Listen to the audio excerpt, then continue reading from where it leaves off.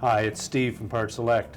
Today we're going to show you how to change the fresh food door gasket on your refrigerator, and it's a really easy job.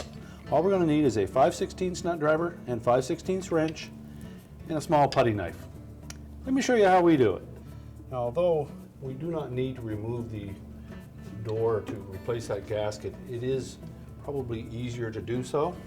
So we'll begin by opening the refrigerator door. We're going to turn the refrigerator off.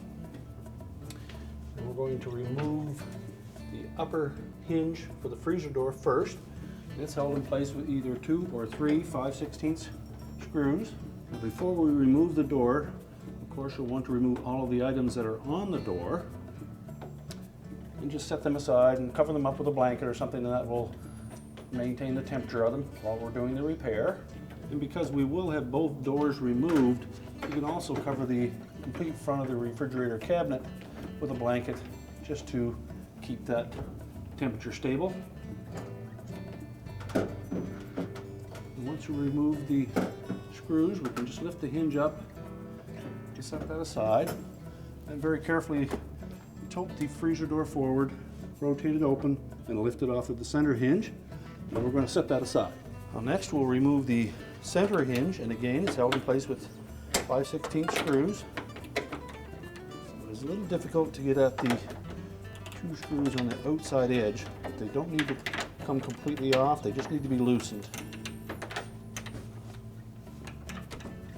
And if need be, use a small adjustable wrench or a 5/16 open end wrench. And again, we only need to loosen the 2 outside screws just enough that the hinge will slide out of the opening. We'll remove that center hinge, set that aside. Then we're going to take the refrigerator door and we're going to set it on a suitable work surface so that we can remove the gasket and replace it with a new one. And we'll also want to protect that surface with a blanket so that we can lay the face of the door right on top of it.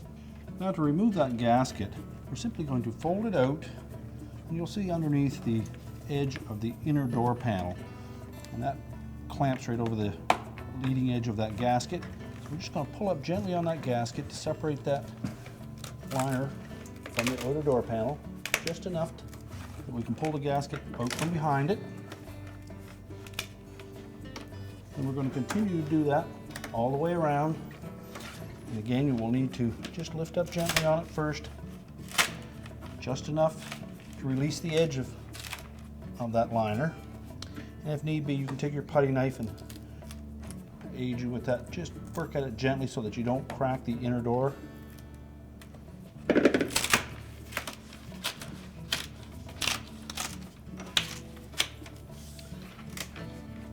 Once you have a couple of sides loosened up, you can then pull the corner away and lift it free.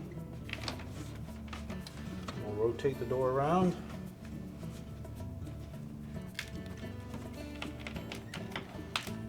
As we mentioned, you can do this job with the door still intact, but it becomes very difficult to access the bottom of the door, so we find it just as easy to pull that door completely off the refrigerator and do it in this manner.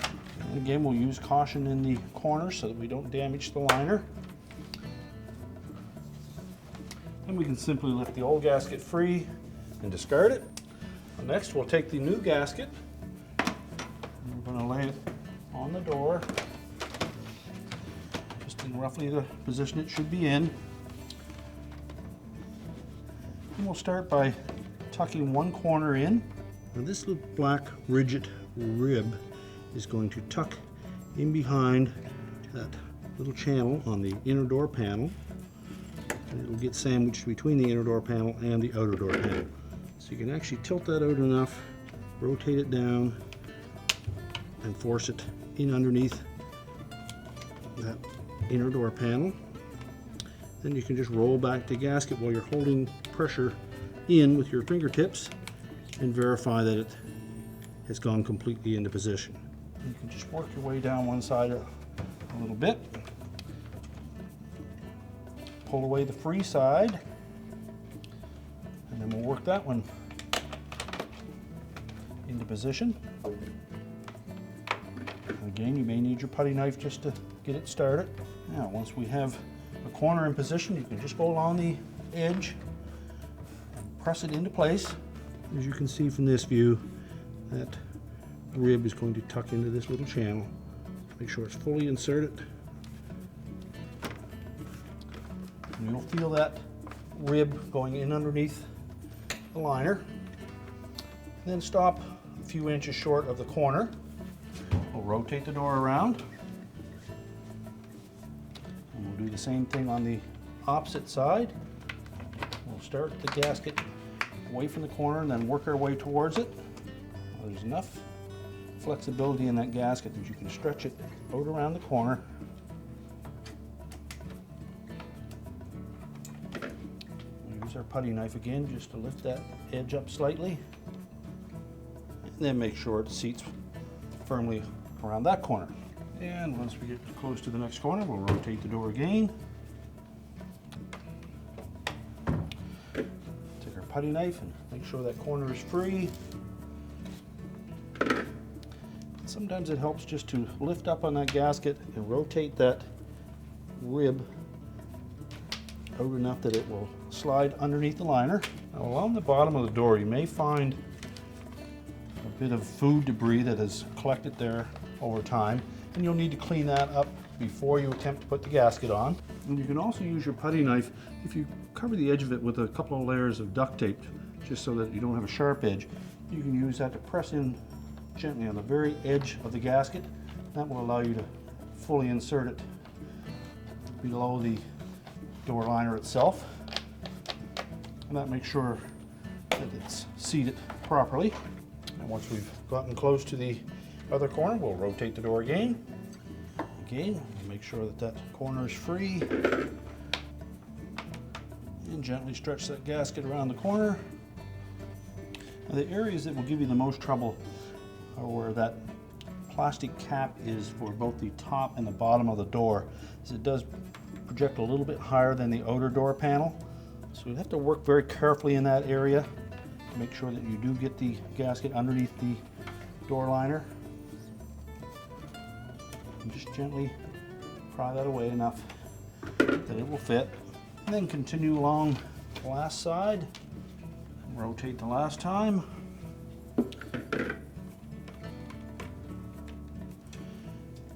Make sure we have that last corner firmly in place.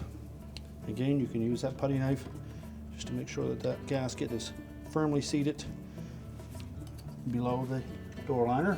And then just carefully inspect all the way around again to make sure that we didn't miss any spots. The gasket should fit tightly against the outer door panel and form a nice smooth seal in that area. Take careful note in the corners, make sure that we have a proper seal there. And now we're ready to put the door back on the refrigerator. So we'll carefully lower the refrigerator door onto the bottom hinge. Just pivot it to make sure that it's fully seated on the hinge. Rotate it into position. We're going to take our center hinge, make sure that the spacers are still intact.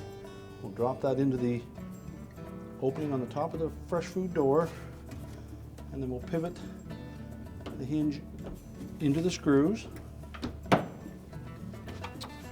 We'll insert the one on the right and just tighten that enough that it will hold the door in place, and then we'll align the door. Just check down both sides to make sure that it's parallel with the cabinet, and tighten the screws securely. And using our wrench, we'll tighten the bottom screw on the left side and make sure those are both secure. We're now ready to put the freezer door on. And again, we'll lower that hinge opening onto the center hinge, rotate the door into position, take our upper hinge, place it in position, and locate the screw holes. You may need to lift up on the door slightly to rotate the hinge, as you can locate those holes. I suggest you start these screws by hand just to make sure that we don't get them cross-threaded.